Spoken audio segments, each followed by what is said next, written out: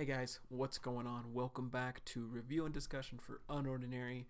This discussion and review is going to be hopefully shorter and a lot more different than the usual discussions. I'm not going to delve too deep into every single little thing about these last few chapters, just because we have 3 to go through and I need to get this out for you guys. So this one's going to be probably a little more underwhelming compared to what you're used to. So today we're just going to briefly go over my thoughts and stuff about episodes 259 through episode 261. And these are just kind of going to be the main points that I wanted to get across because these are like the things that I think were the most important in these few chapters.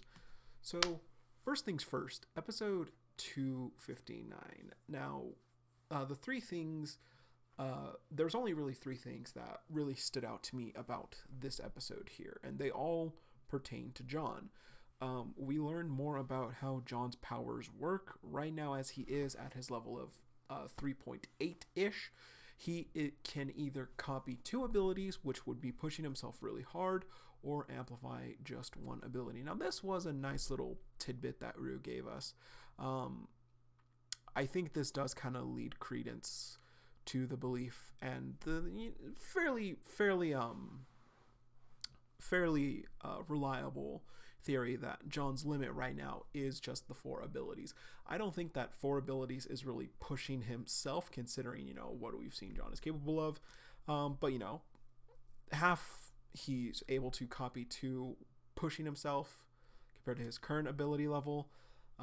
That makes sense. I won't lie. Now, I personally am of the belief that it does depend on which ability he's using, and that I don't think that John's limit is exactly 4 abilities at the moment for his actual level, but we'll find out in time, maybe. I mean, Uru still hasn't really confirmed it.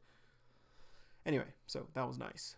Now, what really stood out to me in this episode, and I actually really love, John's promise.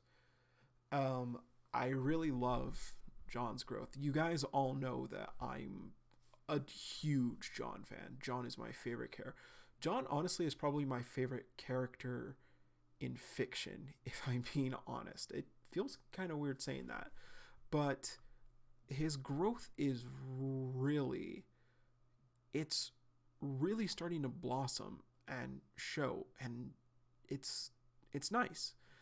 John still isn't perfect by any means. I don't think John will ever be perfect. I think John will always struggle with the issues that he has, his self-doubt and everything.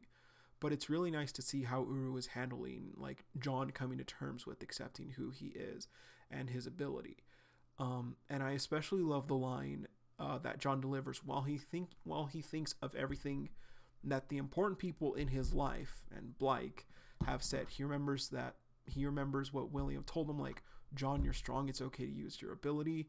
Remember Sarah, like, John, no matter what, like, promise me that you're gonna fight for yourself and defend others.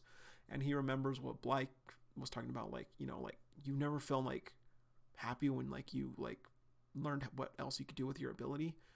Now, Sarah and William were obvious, but I really like the inclusion of Blake's talk with John, especially since it's so recent, but also because of just how similar the 2 characters are. Uru has confirmed that, John and Blake are kind of the 2 sides of the same coin. So it's really nice that John is kind of coming around to Blake in a way. But what capped that whole thing off for me was just the line that John said, I made a promise. And it's true, John did make a promise to Serafina to, protect himself and also to protect others, which is exactly what he's doing in these chapters, in these episodes. Because the very last thing that I'm going to touch on for episode 259, which is also a huge part for John is leading Blake and Ison in this plan to get Evie and Dylan away from their captors. They do get grabbed by Spectre while they're out of Ison's range, unfortunately, due to him being dampened. So they get captured, and John initially does freak out at Ison, but even Ison says, like, what do you want from me? I'm dampened. You can sense abilities too, and if you had chose to, we wouldn't be in this situation right now. And that's completely fair of Ison to say. I can't say that it's not fair of Ison to say that. It's completely fair and valid, and John even acknowledges that. So Once John takes in the situation, he has that conversation with himself. He tells Eisen and Blyke what the plan is. He takes charge of the situation. John finally stepping up and becoming a leader, that's something that I've always wanted. And, I think this is the start of that. I honestly don't know if John is going to take the role of king back at Wellston. Maybe he'll get put into it against his will, maybe. Maybe Blyke at the end of this will be like, John, like, you don't want to be king, but you should be king because you got us out of that situation.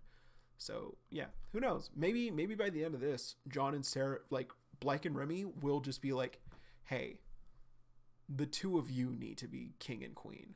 Like, we can't do this. Like, we're glad to help you out. We can both be Jack if you want, but you two need to lead Wellston. Who knows?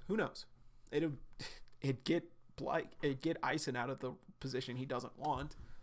So yeah, that's it for episode 259. What would I honestly, level 10 chapter, I have given that out so much ever since the return, but honestly, level 10 chapter, because I love John centric chapters, and the John moments in this chapter shined amazingly. So episode 259 out of the way. Episode 260. Now we start off the chapter meeting up with Team Rowden. And it's here that we kind of see something that I'm still kind of standing by, even though I think everything we've seen up until now kind of like negates it. Nonetheless, that part starts out with Tech, the tech girl. She contacts Spectre and she tells him, hey, she's heading to Rowden Mountain and I think she's waiting for backup. And they like, okay, cool, thanks for letting us know. And then she goes to check on Rowden, and Rowden is just kind of like, what's gone into her? Now, I think that Tech was actually the insider for actual Spectre, for, like trying to keep Sarah there. I honestly don't think that Rowden really knew entirely what was going on. He seemed very confused as to why Seraphina lashed out. And like I said, Tech was the one who was still conscious and still able to move enough to get to Rowden. And she was the one who contacted Spectre while she was away from Agent Rowden. So I'm going to stand by that. I don't think Agent Rowden was fully aware of what was happening that day, of what was happening today. That's that.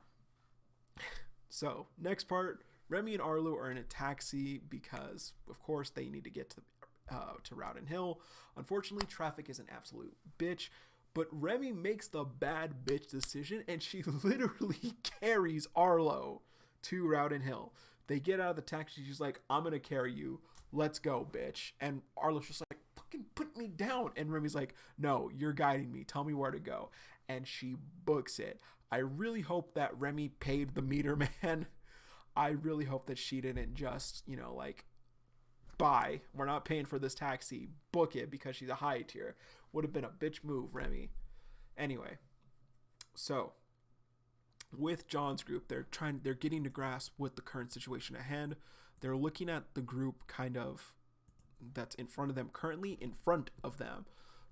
But while they're trying to look over everything, Spectre starts sniping the students one by one to take them down from a distance. They have some snipers, kind of like the archer guy that Blyke fought, but I don't think the archer guy is with them. Anyway, so they start taking students down, and it's not looking good. They have to retreat and take cover, and then we get Terrence. Now, interesting thing here is that even though it didn't really show back in episode 258, Terrence was affected by the dampener, and he had to take a negating serum to stop its effects. Now, Spectre now has a negating serum. That it's also mentioned that they have it now because Terrence specifically says, I didn't know we had something that can negate the effects of the dampener. So that's really interesting to see. And one of the agents who's with them even mentions the new chemist finished it a few days ago. Now, who's the new chemist? I mentioned this in the reaction. I think it's highly likely that the new chemist at Spectre is none other than Doc. He is working for the company that Spectre has a front as.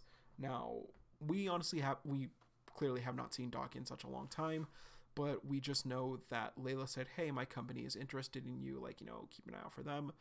And also, Doc is kind of a master chemist. It's been brought up that, thanks to John, he had plenty of practice with making his serums and everything to get people back up and running.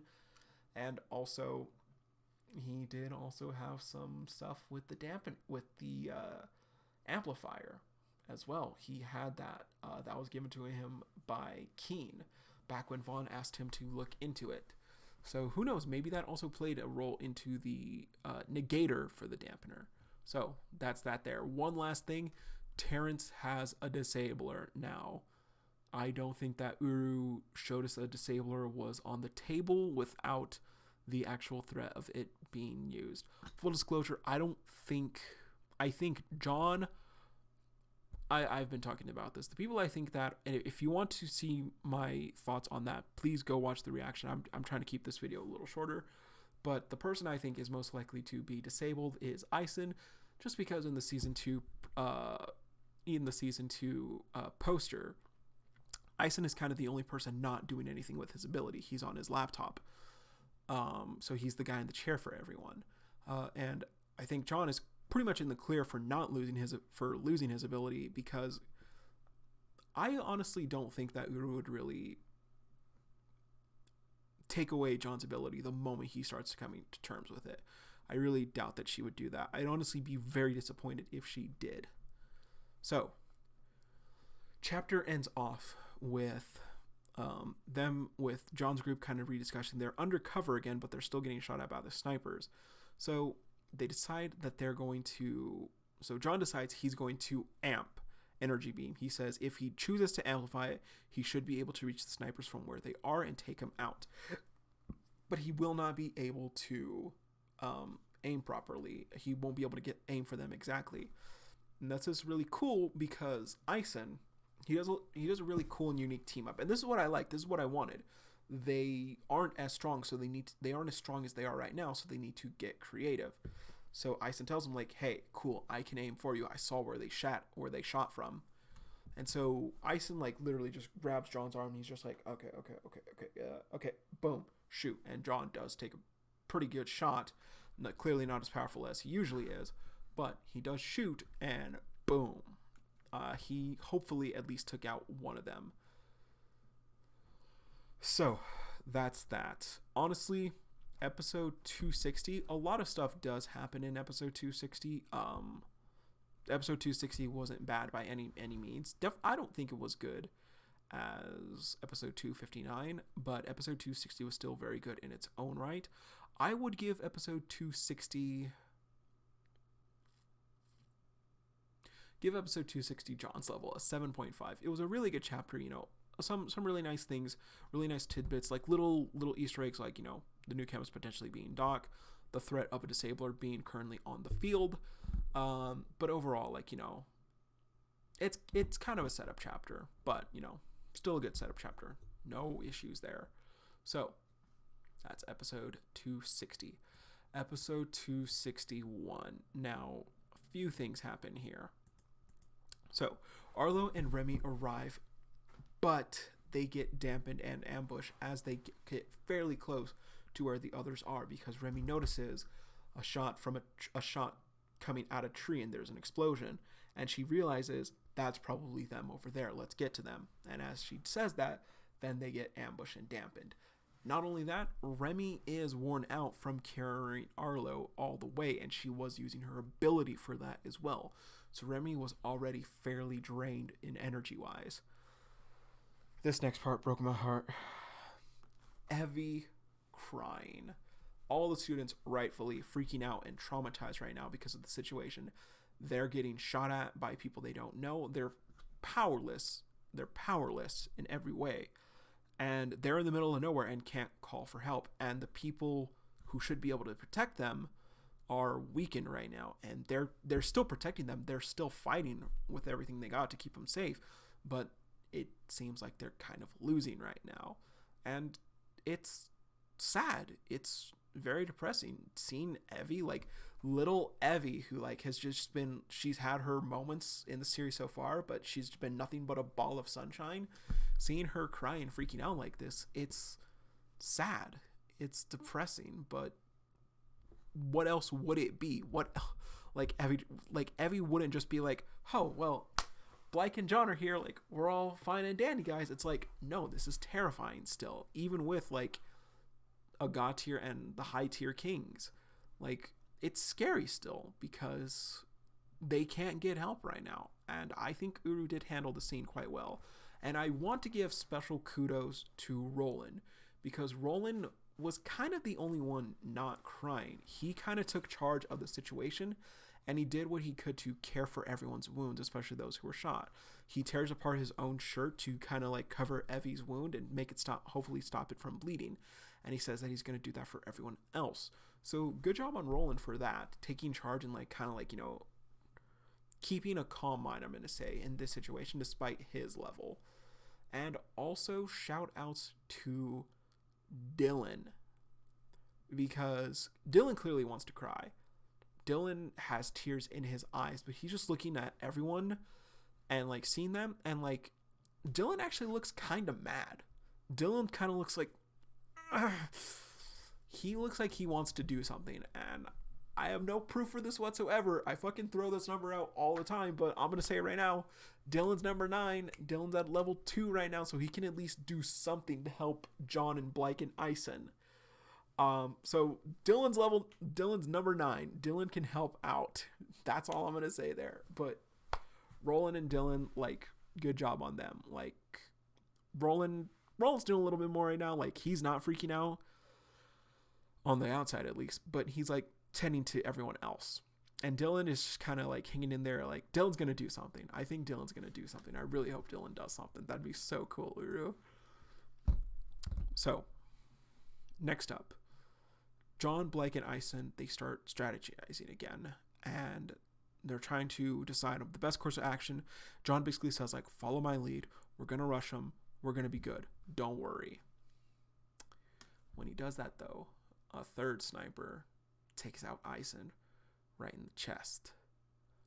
And she's right in front of them. She's with the group before them. Like, she's not even trying to hide. No finesse. No nothing. She's just like, by the way, I'm also a sniper. Pew. And she takes out Ison, gets him right in the stomach. He falls to his knees. Blyke clearly freaks out. But that bitch, that dumb bitch, we'll get back to that. So, Arlo and Remy's fights. Remy is she's able to handle fairly well against the two that she's fighting.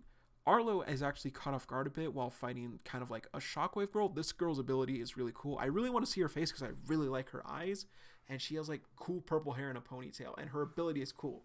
She like does kicks and they look like sound waves, but they're probably like shock waves. Anyway, she's a tough opponent for Arlo in his dampened state. Clearly she would be absolute peanuts to Arlo when he was at his full level. But Arlo is having a hard time against her. Not a hard time, but it's not an easy time. But someone sneaks up on Arlo, and he like grabs his arm. Arlo shakes him off easily, but he notices that something's not wrong because his arm is starting to tingle. And when he does, and when he realizes that, Arlo begins to get a little nauseous or dizzy, and he falls to his knees. And Remy notices Arlo's state and grows nervous, and she says that in her current condition, she's not sure she can handle all 4 targets that are currently with them. Now, I don't think Arlo's down for the count. I don't think so. I think the fight just got a lot harder because we have to remember, Remy was already tired from carrying Arlo. Arlo kind of had a fairly easy transport necessarily, but he's handicapped right now further than with his ability dampened. So that fight's going interesting. John is fucking pissed when he sees Ison get sniped, and he realizes that this goal that Spectre told Sarah is nothing but another fraud. And so John freaks out. He's had enough. He's not holding back anymore, and he just says, I'll send you fuckers to hell. And if John says he's going to send you to hell, he's going to send you to hell. Like, you've angered the beast. And the beast out of the cage. And he shows that by rushing Spectre and taking out the first guy he hits. And it's on. And that's where episode 261 ends. Now,